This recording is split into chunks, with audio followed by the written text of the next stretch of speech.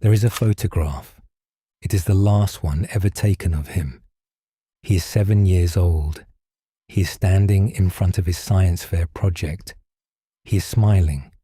He is wearing a t-shirt printed with the logo of a forensic crime procedural television show. The letters CSI across his chest. Because he loved that show. Because he was interested, the way 7-year-olds sometimes are, in how investigators solve crimes, in how evidence speaks when people can't. The photograph was taken at 8:45 in the morning. Within an hour, he was gone. And the question of what happened to Kyron Richard Horman, a second grader at Skyline Elementary School in Portland, Oregon, is a question that has not been answered in 15 years.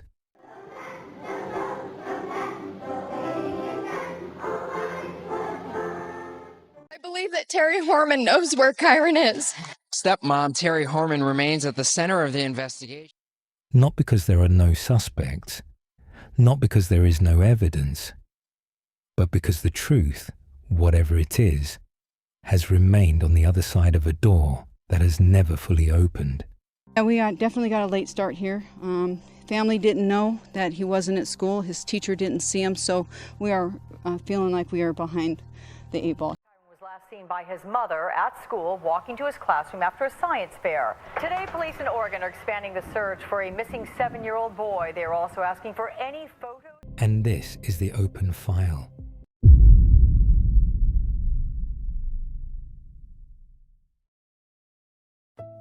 Kyron Richard Horman was born on September 9, 2002, in Portland, Oregon. His parents, Kyron Horman, an engineer, and Desiree Young, divorced while Desiree was still pregnant. Shared custody was arranged. For a time, both parents remained an active part of Kyron's life. When Desiree was later diagnosed with kidney failure that required significant medical intervention, she moved back to her parents' home. Kyron assumed full custody. Desiree, even then, never stopped being his mother. She visited when she could. She called. She remained by every account fully and fiercely present in the way parents are. Love being around. I have an older son, and those two would feed off of each other, and it's just hilarious to watch them because Quinn would just look at him with this face, all super serious, and then Kyron would start cracking up, and they would just go with it, and It was like a comedy act. When circumstances forced them to fight for presence rather than take it for granted. In 2007, Kyron married a woman named Terry Moulton, a substitute teacher originally from Roseburg, Oregon. The following year, she gave birth to a daughter, Kiara. Kyron was a second grader at Skyline Elementary School, a small school situated near Forest Park on the far northwest edge of Portland. The school sat at the end of Skyline Boulevard, a winding, heavily wooded rural road, the kind of road where trees close in on both sides and the city feels very far away, even when it isn't. He was, by his teachers' and classmates' accounts, a curious and cheerful child. He loved frogs, particularly red-eyed tree frogs. He loved the television show CSI. He was, as second graders often are, full of specific enthusiasms that the people who loved him catalogued and kept close. On June 4th, 2010, Kyron's science fair project was about red-eyed tree frogs. He had worked on it carefully. He was proud of it. He wore his CSI shirt that morning. He was ready. Terry Horman drove Kyron to Skyline Elementary School on the morning of Friday, June 4th. She did not drop him at the curb. She came inside. Parents had been invited to attend the science fair alongside their children, and Terry stayed with Kyron while he set up his project and walked the displays. She took photographs, including the last one, the one of him standing in front of his poster board, wearing the CSI shirt, smiling at the camera. At some point between 8 and 9 in the morning, Terry Horman said goodbye to Kyron. Her account was this: she last saw him walking down the hallway toward his classroom. She then left the school. By 8:45 in the morning, she was gone. A fellow student reported seeing Kyron at approximately 9 a.m. near the school's south entrance. That sighting was the last confirmed observation of Kyron Horman by anyone. He did not attend class that day. His teacher marked him absent. He did not appear at lunch. He did not board the school bus at 3:30 in the afternoon. At 3:30, Kyron Horman arrived home to meet the bus. Kyron was not on it. Terry called the school. When she learned that Kyron had been marked absent all day, she reported his disappearance to police. The call came in at 3:45 in the afternoon. The search did not begin until 4:33. By then, more than 6 hours had passed since the last person had seen Kyron Horman alive. 6 hours.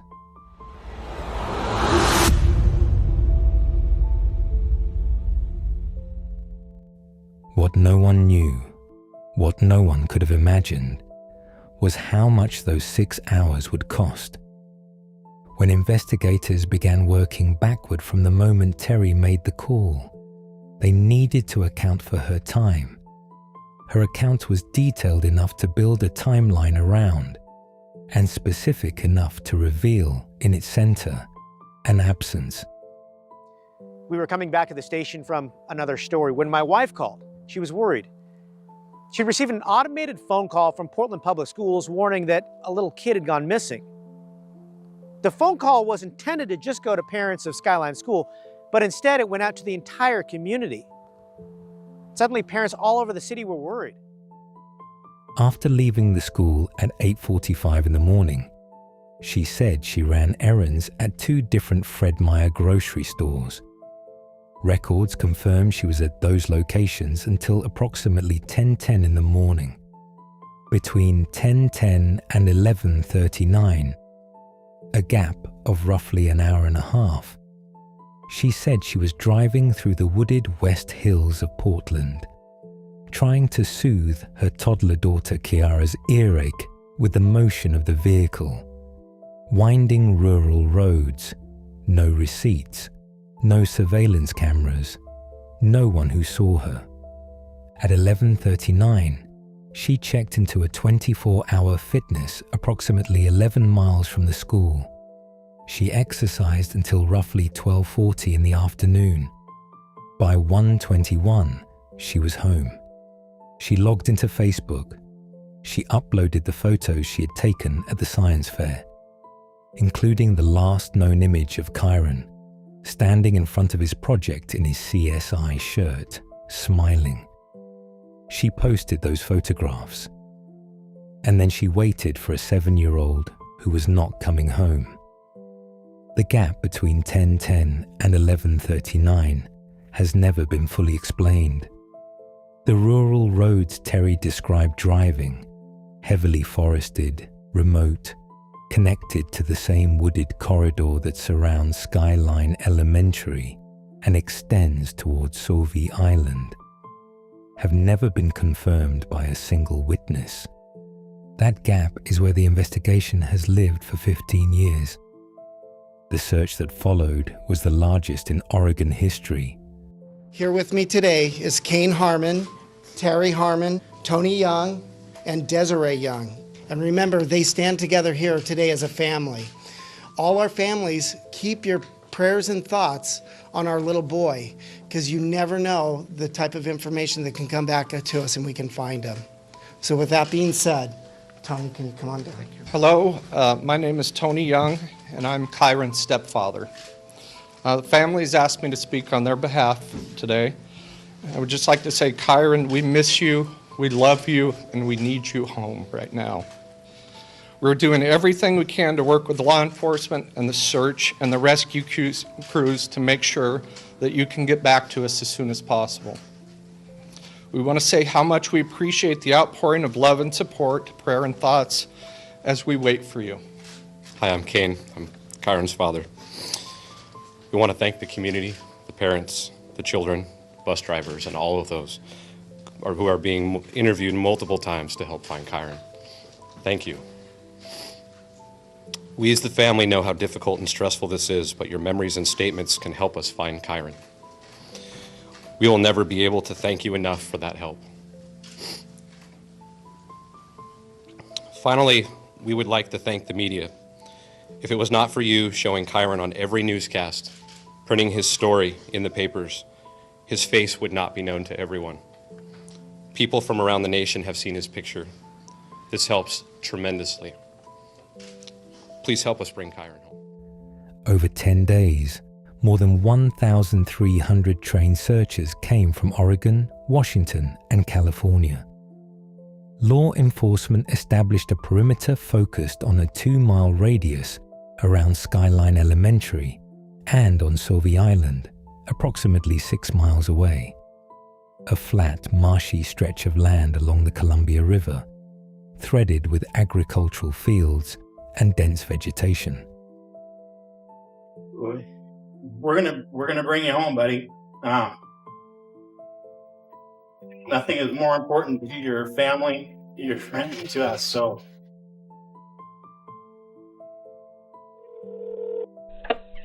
if you have seen Kyron or have any information you think may be beneficial, please call Portland Police. Investigators did not publicly disclose why Sauvie Island was targeted. They searched the bridge. They searched the fields. They found nothing. No clothing, no personal effects, no forensic trace. Kyron was due home off the school bus at 3:45. He did not get off the bus. And have they found any sign of him at all? No, Hey, I can hear not you. that I've heard of any sign of him at this point. 7-year-old Kyron Horman was last seen after his stepmother, Terry Horman, There's his picture. drove him to school for one of the biggest days of the year, the school science fair. The second grader at Skyline Elementary had worked hard on his project for the science fair. This is a picture she took of the second grader with his project, the red-eyed tree frog. After touring exhibits together, they say goodbye in the school hallway. She leaves for home. Kyron heads toward his classroom. It's the last time anyone remembers seeing him. By November of 2010, the search effort had cost an estimated $1.4 million and generated more than 4,200 tips. None of those tips led to Kyron. A reward of $25,000, later increased to $50,000, was posted for information leading to his discovery. It has never been claimed. What investigators had in those first weeks was not evidence. It was inconsistency. The inconsistency in Terry Horman's account of the morning, the gap in her timeline, the polygraph examination she was asked to take, which indicated a probability of deception, and then a second polygraph, which she also failed. Everyone else in Kyron's life who was asked to take a polygraph passed. His father, his mother, the school principal. Terry Horman failed too. She then refused a third. She has never been charged with anything in connection with Kyron's disappearance. She has never been formally named a suspect by law enforcement. good afternoon. My name is Jason Gates. I'm a captain with the Multnomah County Sheriff's Office, and I'm the incident commander. In addition to the teams in the sky and on the ground, we're told about 50 detectives are also working the case. But in August of 2012, an Oregon federal court judge, in a ruling connected to a civil lawsuit, referred to her in writing as a prime suspect. The word prime in a court document, and still no charges. than a month after 7-year-old Kyron Horman disappeared, the focus remains on his stepmother, Terry Horman. One of the most contested elements of the Kyron Horman case is what happened in the parking lot of Skyline Elementary School on the morning of June 4th, 2010. Terry Horman's account was that she said goodbye to Kyron inside the building, watched him walk toward his classroom, and then left, alone. 4 witnesses have given investigators a different account.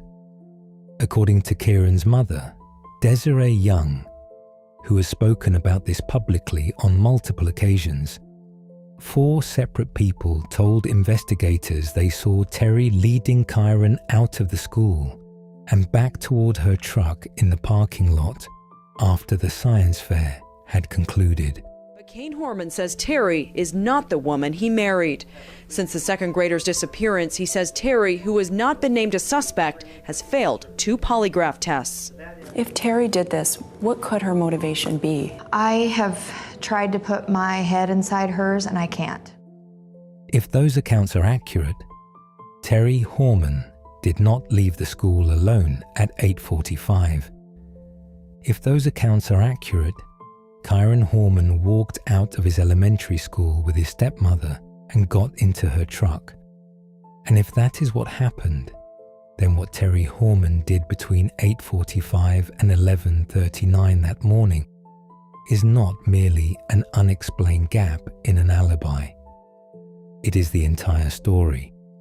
Investigators in August of 2010 also announced they were seeking an unidentified individual, believed to have been seen by 2 witnesses sitting inside Terry's truck outside the school on the morning of the disappearance.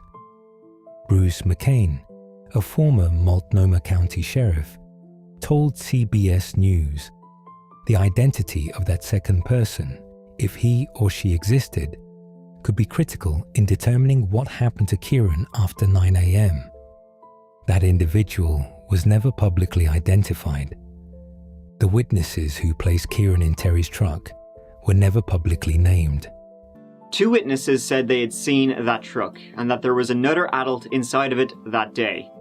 The parking lot held everything and confirmed nothing.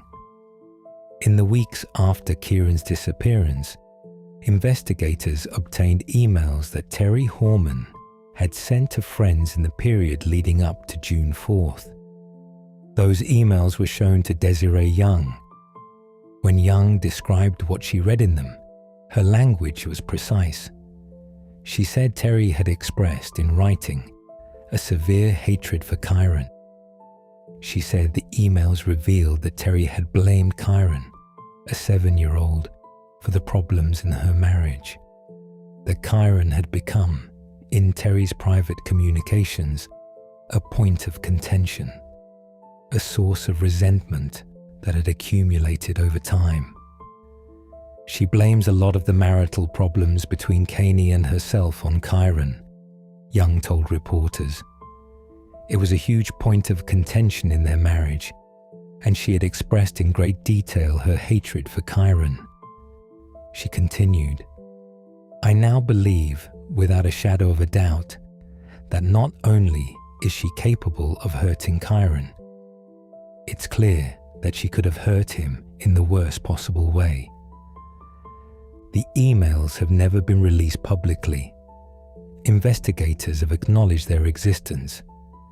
Their specific contents remain sealed, part of the tens of thousands of pages of documentation that make up a case file no one outside of law enforcement has ever seen in full.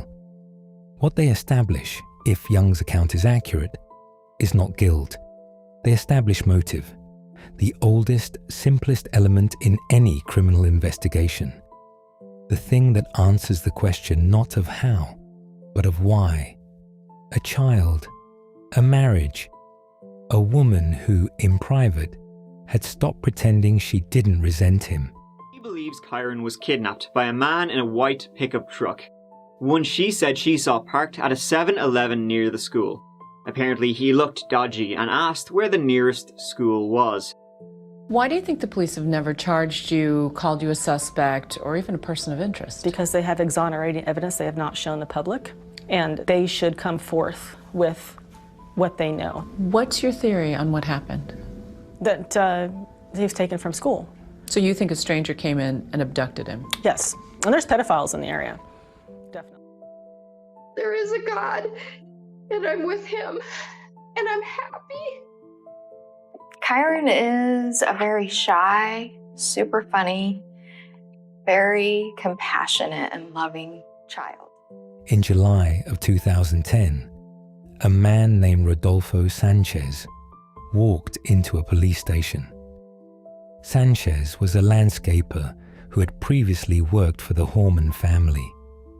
What he told investigators would fundamentally change the direction of the case. Not because it explained Kyron's disappearance, but because it revealed a pattern. Sanchez testified that in January of 2010, 5 months before Kyron disappeared, Terry Horman had approached him and offered him money, not for landscaping work, to kill her husband. Investigators took the allegation seriously. They convinced Sanchez to confront Terry while wearing a concealed audio surveillance device. The goal was to capture her confirming the request, creating a record that could support an arrest. Hello, I'm Tracy Barrett. And I'm Joe Donlin. First at 6, the Kyron Horman investigation takes another turn. Now a reliable source tells News Channel 8 officers were prepared to arrest stepmom Terry Horman for hiring a hitman to kill her husband. Detectives aren't saying that Terry is a person of interest or suspect in the case, but a reliable source tells News Channel 8 that police were prepared to arrest Terry for plotting to kill her husband, Kane. Terry offered to pay a landscaper for the murder, saying Kane had hurt her emotionally, and that an undercover detective accompanied the landscaper to Terry's home on June 26th. The source goes on to say that if Terry had implicated herself in trying to arrange Kane's murder, police would have arrested her. The landscaper was wearing a wire, but sources say Terry suspected something was up and cut the conversation. It didn't work. Whatever was said during that confrontation, it wasn't enough to meet the threshold for arrest. Investigators could not make a charge hold, but the implications were significant. If Terry Horman had been willing to approach a near stranger, a man who worked in her yard, and offer him money to kill her husband 5 months before her stepson vanished, what did that suggest about what she was capable of in June?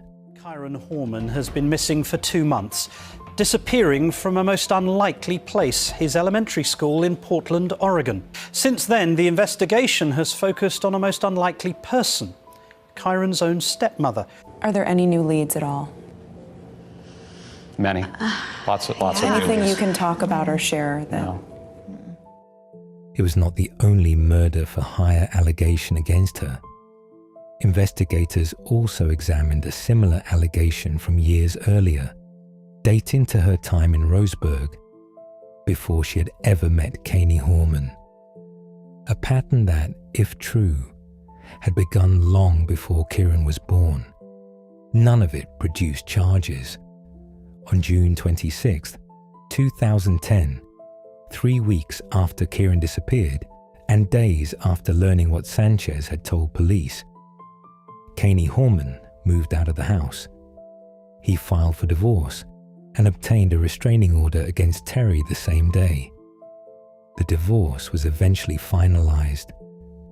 Kyron was granted full custody of their daughter Kiara. Terry Horman moved out. She moved on. She remarried.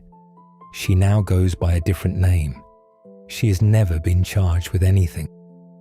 In the weeks following Kyron's disappearance, a grand jury was convened in Multnomah County. Among those subpoenaed was a woman named Dida Spitzer, one of Terry Horman's closest friends. Spitzer had been working as a gardener at a home on Germantown Road in northwest Portland on the morning of June 4th, not far from the same wooded West Hills corridor where Terry claimed to have been driving with Kiara during the unexplained gap in her timeline. The homeowner she was working for reported that Speicher was unaccounted for during a period of approximately 3 hours that morning. She'd been there, and then she wasn't, and then she was back. Speicher claimed she never left the property. Speicher told journalists at the time that she could not believe her friend was capable of what people were suggesting. "There's this horror that my friend is going through," she said. "If I thought for a second that she was capable of this, I would not have been there." Later, it emerged that Speicher had helped Terry purchase an untraceable disposable cell phone after Caney had left the house, and then another. Investigators recovered those phones. Evidence related to the investigation was found on them. What that evidence consisted of has never been publicly disclosed. Dee Speicher cooperated with investigators, submitted to 3 hours of questioning, and allowed a search of her property and vehicle.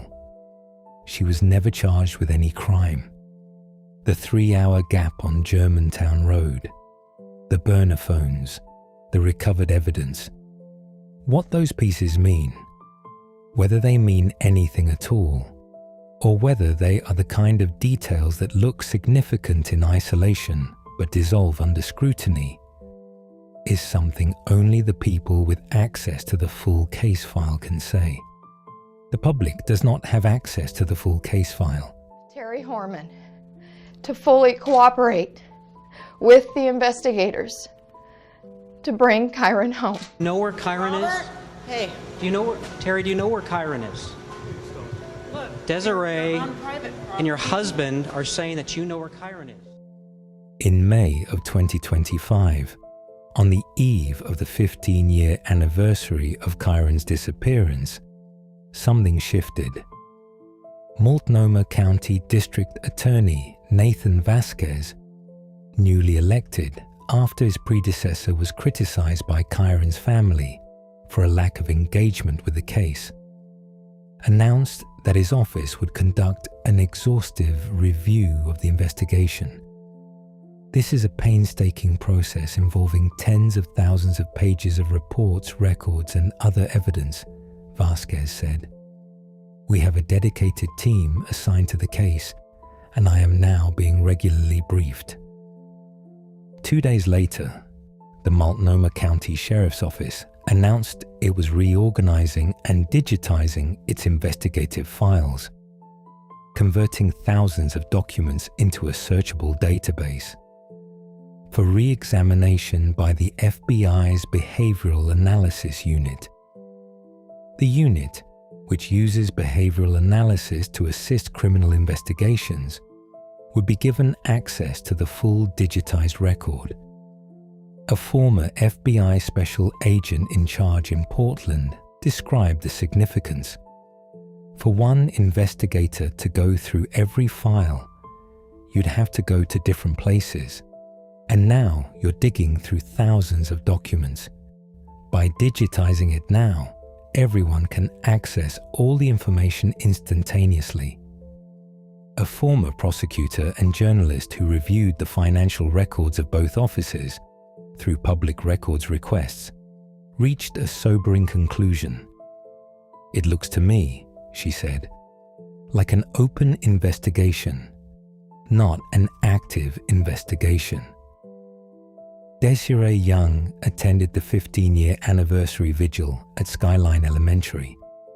She keeps a special corner of her backyard that she calls Kyron's Pad, filled with frog decorations in honor of his red-eyed tree frogs. His room at her home in Medford remains as it was. "It's sad," she said, "but life keeps going, even though you want to stay in 2010. Kyron still exists. He's still part of our family." Kyron Horman said, "It doesn't get easier. I think people think that it does, but it really doesn't." Kyron Richard Horman would be 23 years old today. He was last seen at the age of 7. wearing a CSI shirt, walking through the halls of his elementary school on a Friday morning in June. His stepmother was the last family member to see him, or perhaps, if 4 witnesses are to be believed, she was the last person to see him at all. No charges have ever been filed. No body has ever been found. No one has ever been arrested. There is a woman who failed 2 polygraphs and refused a 3rd. There is a landscaper who said she offered him money to commit murder. There are 4 witnesses who said they saw Kyron walk to her truck. There are emails that Desiree Young described as revealing a severe hatred for her son. There are burner phones and a 3-hour gap, and a gap in a timeline that has never been filled with anything verifiable. And there is a grand jury that has convened in secret on multiple occasions for more than 15 years without producing an indictment. What no one can explain, what remains after 15 years of searching and subpoenas and searches and silence, is simply this. While the public keeps watch for any sign of Kyron, the boy's birth parents are focusing on his stepmother, Terry. I think there was some postpartum depression involved. Sort of shut down and withdrawn, or angry, and... A little bit of everything. During the same interview, Desiree Young shared for the first time that she knew Terry was unable to account to police for her actions for several hours on June 4th, the day Kyron went missing. I can tell you what I ate that day, and she can't tell you where she was. Where is he? Not the theory of where, not the suspicion of who, not the circumstantial case that has been built and rebuilt in depositions and public statements and books and grand jury rooms and documentary film cameras. Just the answer, just the truth. 9 years since my son, Kyron Horman, disappeared. It has been 9 years of not knowing where he went or what happened to him. 9 years without hugging him. 9 years without his smiles or his laughs. 9 years without his love. My heart is broken. He was 7 years old. He loved red-eyed tree frogs. He was interested in how evidence works, in how the things people leave behind can speak for them when they no longer can. He walked through a school gymnasium on a June morning and smiled at a camera and became a photograph. And the silence around what happened next, the unbroken 15-year silence, is still loud. It is a case with no arrests, no resolution, no peace. Only the weight of a door that has not opened. And sometimes, in cases like this, that weight is all that remains.